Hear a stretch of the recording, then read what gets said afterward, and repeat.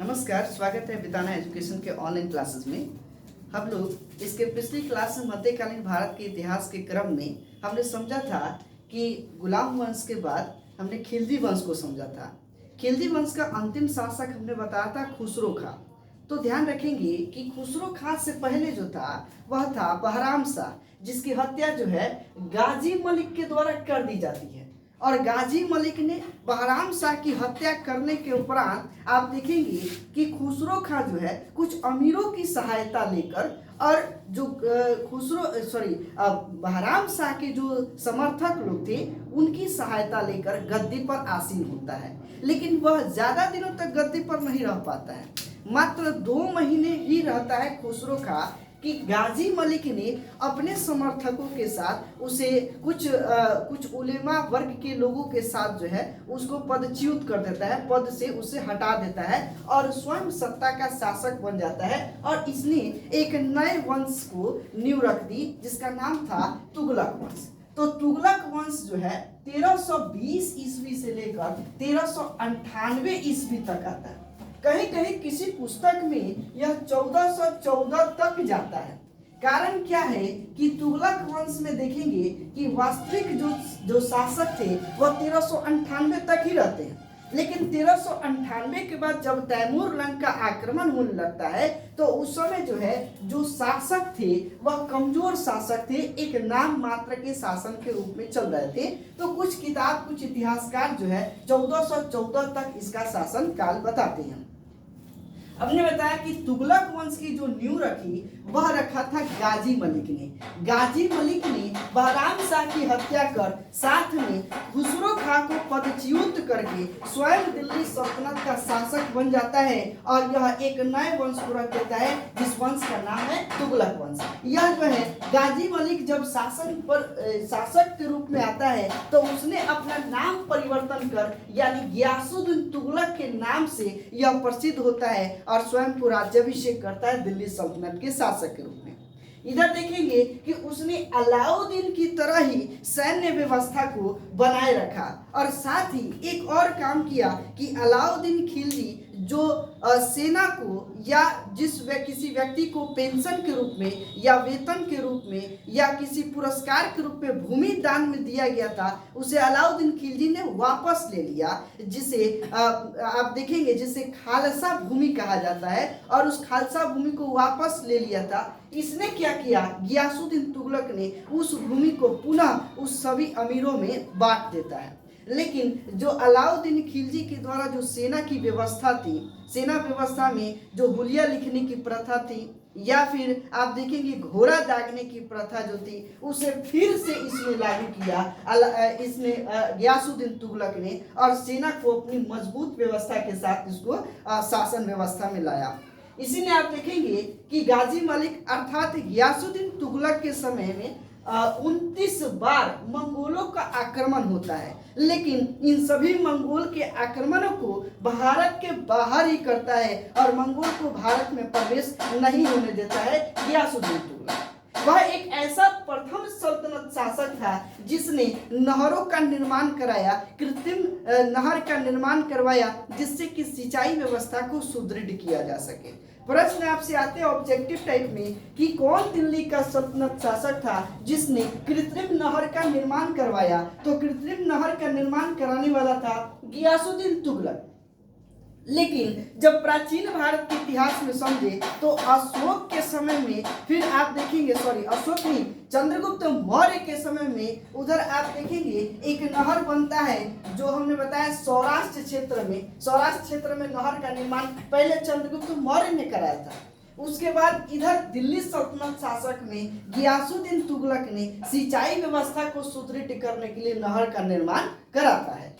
इसी में इसके बाद आप देखेंगे कि जब यह गियासुद्दीन तुगलक दक्षिण क्षेत्र में जाता है, इसके बाद गियासुद्दीन तुगलक की मृत्यु के बाद इसका पुत्र होता है मोहम्मद बिन तुगलक और मोहम्मद बिन तुगलक 1325 से लेके 1351 ईस्वी तक शासन संभालता है। यह जो था आप देखेंगे कि इसको लोग कहेगा कि एक बुद्धिमान शासक परंतु यह मूर्ख शासक था।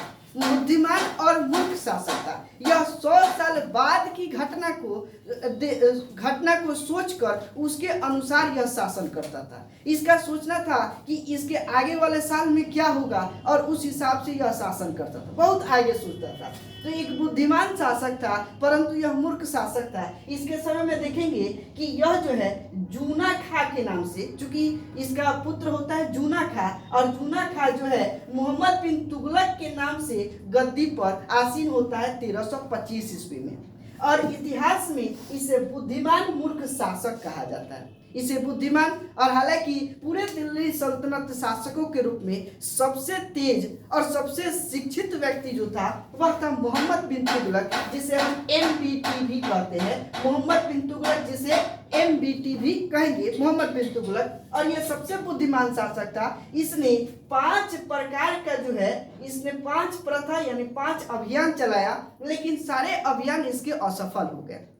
काम तो अच्छा किया था लेकिन उसके साथ या तो भाग्य साथ नहीं किया, वह एक दुर्भाग्यशाली था यह कहा जा सकता है। काम उसका अच्छा था, यह अपनी आय व्यवस्था को, आय को अच्छा करने के लिए इसने कर में वृद्धि कर दी, बहुत सारे टैक्स ला दिए जनता पर। और वहाँ टैक्स लादा जहाँ पर देखेंगे कि जहाँ खेती अच्छी होती थी, इसने गंगा यमुना के दोआब क्षेत्रों में जहाँ खेती अच्छी होती थी उन सभी जो फसलों पर कर की वृद्धि कर दिया। लेकिन जिस वक्त यह कर की वृद्धि किया उस वक्त वहां पर अकाल पड़ गया और प्लेग महामारी आ गया। अब यह इसका दुर्भाग्य ही कहा जा सकता है। कर की वृद्धि तो किया लेकिन अकाल पड़ने की वजह से लोग उस कर को जो चुकती नहीं कर पाए, तो ये इसका असफल हो जाता है।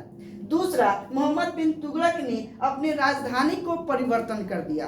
राजधानी परिवर्तन करके यह दिल्ली से लेकर चला गया देवगिरी, जो दक्षिण का क्षेत्र है देवगिरी। अब इतना दूर ले जाने में इसमें देखेंगे कि काफी मात्रा में इसका जो है राशि था, जो संचित राशि था उसमें काफी मात्रा में व्यय होता है और यह भी असफल हो जाता है।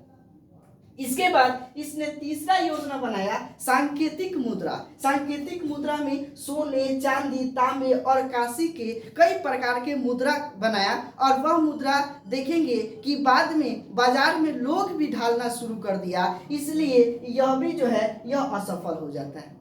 इसके बाद जो है खुरासान का अभियान करता है। यह खुरासान यानी कि भारत के उत्तर पश्चिम क्षेत्रों में खुरासान नाम का स्थान है, वहां पर अभियान करता है कि उस क्षेत्र को हम जीत लेंगे। और इस अभियान के क्रम में इसने पहले ही अपने सेना को देखिएगा कि 1 वर्ष का वेतन दे देता है पूरे सेना को। और यही देखेंगे कि खुरासान अभियान के लिए 3,70,000 सेना को 1 साल का वेतन पहले ही दे देता है। बाद में हुआ क्या कि राजनीतिक परिवर्तन हो जाता है और खुरासान का जो शासक बदल जाने की वजह से यह युद्ध विराम हो जाता है और दोनों में समझौता हो जाता है। तो यहाँ कहा जाता है कि इसका काफी मात्रा में जो संचित राशि थी वह राशियों का ज्यादा व्यय होता है और यह भी आपका क्या हो जाता है, असफल हो जाता है। इसके बाद इसने कराची अभियान किया। कराची एक जंगली क्षेत्र है और उस अभियान पर अपनी सेना को भेजता है। लेकिन हुआ क्या कि उस कराची अभियान में जंगलों में इसकी पूरी की पूरी सेना जो है खो गई, गुम हो गई। कहा जाता है, इतिहासकार बताते हैं कि जब कराची अभियान से वापस लौट रहे सेना थे तो उसमें मात्र 10 अधिकारी ही लौटे थे। तो यह भी अभियान इसका क्या हुआ, असफल हो गया। कुल मिला के यह काम अच्छा करना चाहता था लेकिन दुर्भाग्यवश यह सारे काम पर इसका पानी फिर जा रहा था, इसलिए लोग जो है इसको लोग पागल कहता था। यही कुछ इतिहासकार रक्त पिपासु कहते थे। रक्त पिपासु क्यों कहते थे? क्योंकि इसने कर की वृद्धि कर दिया और वहां कर लगाया जहां अचानक अकाल पड़ गया और अपने सेना के द्वारा शोषण करके वहां से जो है कर की जो वसूली कर रहा था, इसलिए इसे रक्त पिपासु भी कहा गया। इसे स्वप्नशील इत्यादि के नामों से संबोधन किया गया, स्वप्नशील कहा गया। यह सपना ज्यादा देखता है, भविष्य ज्यादा देखता है। इसने तुरंत 1 साल का 3,70,000 सेनाओं का वेतन दे दिया और यह सोचा कि हम 1 साल तक युद्ध में लगे रहेंगे। ऐसा हुआ नहीं, तो इसलिए इसे स्वप्नशील शासक भी कहते हैं। इसी को मोहम्मद बिन तुगलक ने कृषि के विकास के लिए एक देखेंगे कि इसने दीवान ए कोही या अमीर ए कोही विभाग की स्थापना की, जहां से कृषि का डेवलपमेंट हो सके। इसी के समय में मोहम्मद बिन तुगलक के समय में एक यात्री आते, चीनी यात्री, जिसका नाम इब्न बतूता है, और मोरक्को यात्री आते हैं जिनका नाम है इब्न बतूता। इसी के समय में आते हैं, यह 1333 से लेके 47 के बीच में आते हैं।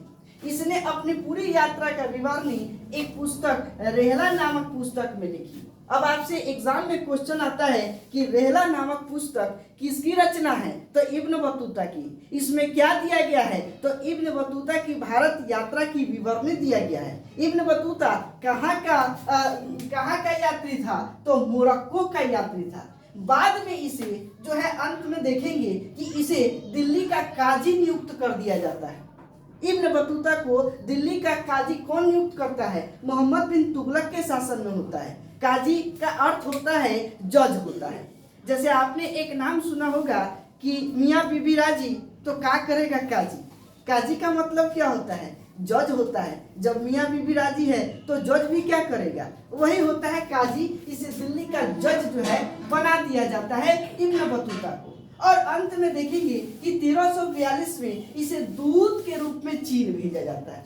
तो मोहम्मद बिन तुगलक के शासन काल में दूत के रूप में चीन किसे भेजा जाता है, तो मोरक्को यात्री इब्न बतूता को भेजा जाता है और इसे दिल्ली का काजी नियुक्त किया जाता है।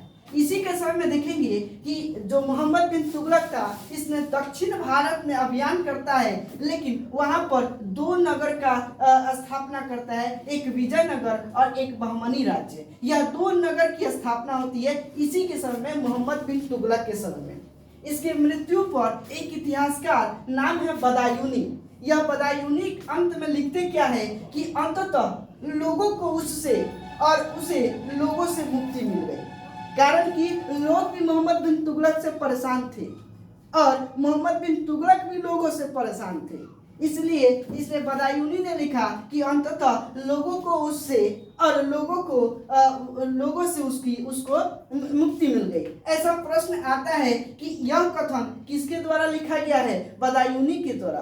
किस लिए लिखा गया है, तो मोहम्मद बिन तुगलक के शासन के लिए लिखा गया है। तो यह बात कहीं ना कहीं ऑब्जेक्टिव टाइप के क्वेश्चन में आता है। अब यहाँ देखेंगे कि जब दक्षिण भारत में यह अभियान के लिए जाता है, दक्षिण भारत में अभियान के लिए जाता है कौन, मोहम्मद बिन तुगलक, और जब उधर से वापस आता है तो इसका एक चचेरा भाई है फिरोज शाह तुगलक, और वह चचेरा भाई ने स्वागत के लिए ठट्टा नामक जगह पर एक देखेंगे कि एक लकड़ी का इमारत बनवाता है और उस लकड़ी की इमारत में स्वागत करता है कि आइए भैया आपका स्वागत करते हैं। और जैसे ही वह मोहम्मद बिन तुगलक अंदर आता है, पता चलता है कि ऊपर से इमारत की लकड़ी गिर जाती है और उसी में मोहम्मद बिन तुगलक की मृत्यु हो जाती है। कई इतिहासकार इसे समझते हैं या तो साजिश होगा या हो सकता है कि उसका जो है इस अचानक ऐसा कुछ घटना घटित हुई होगी और उसकी मृत्यु हो गई होगी। तो यह भी कहा जाता है फिरोज शाह तुगलक जो है 1351 ईस्वी में उसका राज्याभिषेक पहले ठट्टा में और बाद में दिल्ली में हुआ। वह मोहम्मद बिन तुगलक का जो चचेरा भाई था। इतिहासकार मानते हैं कि फिरोज शाह तुगलक शासन नहीं करना चाहता था और कुछ इतिहासकार मानते हैं कि हो सकता है कि फिरोज शाह तुगलक का एक साजिश हो और साजिश के तहत उसने अपने भाई की जो है हत्या करवा दी हो। अर्थात इमारत गिर जाने की वजह से, लकड़ी उसके शरीर पर गिरने की वजह से इसकी मृत्यु हो जाती है मोहम्मद बिन तुगलक का। और उसके बाद अंत में फिरोज शाह तुगलक को अमीरों के सपोर्ट से, अमीर लोगों के और तुर्क लोगों के सपोर्ट से, समर्थन से इसको शासक बना दिया जाता है। तो फिरोज शाह तुगलक पहला अपना राज्याभिषेक कहाँ करता है, ठट्टा नामक जगह पे। यह हरियाणा के क्षेत्र में पड़ता है। इसके बाद उसने दिल्ली में अपना राज्याभिषेक किया, कब, 1351 ईस्वी में। देखिए एग्जाम में डेट बहुत इंपॉर्टेंट नहीं होता है, फैक्ट इंपॉर्टेंट होता है। तो फैक्ट को ध्यान में रखना है कि यह फिरोज शाह तुगलक कौन था, मोहम्मद बिन तुगलक का। तो मोहम्मद बिन तुगलक का यह चचेरा भाई था, यह ध्यान रखना। इसके बाद इसने इस्लामिक राज्य की स्थापना की। इसे देखिएगा, मोहम्मद बिन तुगलक का चचेरा भाई था और यह जो था मोहम्मद बिन तुगलक कुछ हिंदू समर्थक था और मुस्लिम समर्थक भी था। परंतु इधर फिरोज शाह तुगलक का जब शासन चलता है तो यह हिंदू विरोधी हो जाता है और यह मुस्लिम समर्थक हो जाता है, और इसने पूरा राज्य जो है इस्लामिक राज्य के रूप में स्थापित किया। ये इसको किसको खुश करने के लिए? उलेमा वर्ग के लोगों को खुश करने के लिए। उलेमा वर्ग के लोग कौन है? तो जो धर्म गुरु होते हैं, मुस्लिम धर्म गुरु को उलेमा वर्ग कहा जाता है, उलेमा कहा जाता है। उन्हें खुश करने के लिए इसने क्या किया कि भारत क्षेत्रों को, जिस क्षेत्रों में उसका शासन चल रहा था, उसे इस्लामिक राज्य की तरह शासन शुरू किया था। इसी ने हिंदुओं को जिम्मी कहा और ब्राह्मणों पर जजिया कर लगाया। अब क्वेश्चन आपसे आएगा कि किसने हिंदुओं को जिम्मी कहा? तो फिरोज शाह तुगलक ने। और किसने हिंदुओं अथवा ब्राह्मणों पर जजिया कर लागू करवाया? तो ब्राह्मणों पर जजिया कर लागू करवाने वाला जो शासक था वो फिरोज शाह तुगलक था। अब जजिया क्या होता है? जजिया का मतलब होता है जो तीर्थ यात्रा पर कोई व्यक्ति निकलेगा, हिंदू अगर कोई तीर्थ यात्रा पर निकलेगा तो उससे टैक्स लिया जाएगा, उस टैक्स को जजिया कहा जाता है। और अगर मुस्लिम अगर किसी यात्रा पर निकल रहा है, तीर्थ यात्रा पर, तो उससे जो टैक्स लिया जाएगा उसे जकात कहा जाएगा। इसी ने आप देखिएगा आगे फिरोज शाह तुगलक ने उसके कुछ निर्माण कार्य की वजह से और लोक कल्याणकारी की वजह से इस दिल्ली सल्तनत काल का अर्थात मध्यकालीन भारत के इतिहास का कल्याणकारी शासक भी कहा जाता है। ये हिंदू विरोधी होने के बावजूद भी इसने कुछ ऐसे काम किए थे जिसके लिए इसे इतिहासकार कल्याणकारी शासक भी कहते हैं। अब वह काम क्या किया था उसको भी जरा समझते हैं। इसने निर्माण एवं कल्याण कार्य में सबसे पहले तो 24 करों को समाप्त कर दिया। पहले 24 कर लगते थे, 24 टैक्स थे। इन सभी टैक्स को समाप्त करके मात्र 4 कर लगा दिया, सिर्फ 4 टैक्स ही लागू किया। पहला टैक्स था खम्स। खम्स का मतलब होता है कि युद्ध में अगर कोई जीता हुआ भाग है तो उस जीते हुए भाग का 1/5 भाग जो है आप देखेंगे कि शासक को देना होता है, यानी 1/5 भाग टैक्स के रूप में वह वसूलता था। यदि कोई युद्ध हुआ और सेना के द्वारा कुछ क्षेत्र को जीत लिया गया, कुछ असरफिया हीरे जवाहरात या फिर कुछ ऐसे आप देखेंगे धन को लूटा गया, तो उस धन का जीते हुए भाग का 1/5 भाग जो है कर के रूप में दिया जाता था फिरोज शाह तुगलक के समय। और उस कर को क्या कहा जाता था? खम्स कहते थे। खम्स के बाद इसने एक लागू कराया खराज, यानी खेती पर, फसलों पर लागू किए जाने वाले टैक्स को पहले लगान कहते थे, उसी लगान को इसने क्या कहा? खराज कहा। और खम्स के बाद खराज कर लागू किया। इसने जजिया कर लागू किया। हिंदुओं के तीर्थ यात्रा पर लगने वाला जो कर था उसे जजिया कर कहा गया, इसने जजिया कर लागू किया। फिर मुस्लिमों के तीर्थ यात्रा पर निकलने पर ज़कात, यानी हिंदू को छोड़कर मुस्लिम या अन्य कोई भी धर्म है, उन सभी धर्मों के यदि कोई वो तीर्थ यात्रा पर निकलते हैं तो उसे ज़कात कहा गया, जिसका 2.5% जो है शासक को देना होता था। तो इसने खम्स, खराज, जजिया, ज़कात यह 4 नाम का टैक्स लागू करवाया। अब आपसे प्रश्न पूछ सकता है आयोग कि निम्न में से कौन फिरोज शाह तुगलक का कर व्यवस्था नहीं है? तो आपको चारों कर याद होना चाहिए, खम्स, खराज, जजिया और जकात, यह 4 कर। अब कह देगा कि निम्न में से जजिया कर का क्या तात्पर्य है? तो जजिया कर बताएंगे हिंदू अथवा ब्राह्मणों के जो है तीर्थ यात्रा पर लगने वाला कर। तो ध्यान रखना, खम्स का मतलब क्या होता है? तो युद्ध में जीते गए भाग का 1/5 भाग जो है शासक को देना होता था, जिसे हम क्या कहेंगे? खम्स कहते हैं। तो ये ध्यान में रखना है, इससे संबंधित क्वेश्चन निश्चित आते हैं। अब यहाँ देखेंगे फिरोज शाह तुगलक ने स्थापत्य के रूप में दीवान ए बंदगान एक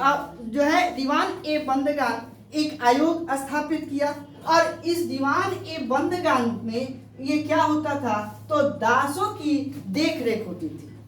ये दीवान ए बंदगान एक कहा जाए कि ये कह सकते हैं कि दीवान ए बंदगान जो है दासों के रख रखाव के लिए एक जो है महल हो या फिर एक कहा जाए यूनिवर्सिटी विश्वविद्यालय की तरह हो, जिसमें दास और नौकरों को की देख रेख होती थी। लगभग 1,80,000 दासों की देख रेख के लिए इसने दीवान ए बंदगान नामक एक जो है कहा जा सकता है कि एक कार्यालय, एक ऑफिस बनाया था। इसी ने आप बताएंगे दीवान ए खैरात, दीवान ए खैरात जो है यह आर्थिक सहायता के लिए एक कार्यालय का निर्माण करवाया, दीवान ए खैरात, जहां से दीवान ए खैरात से महिलाओं या विधवा या कुछ ऐसे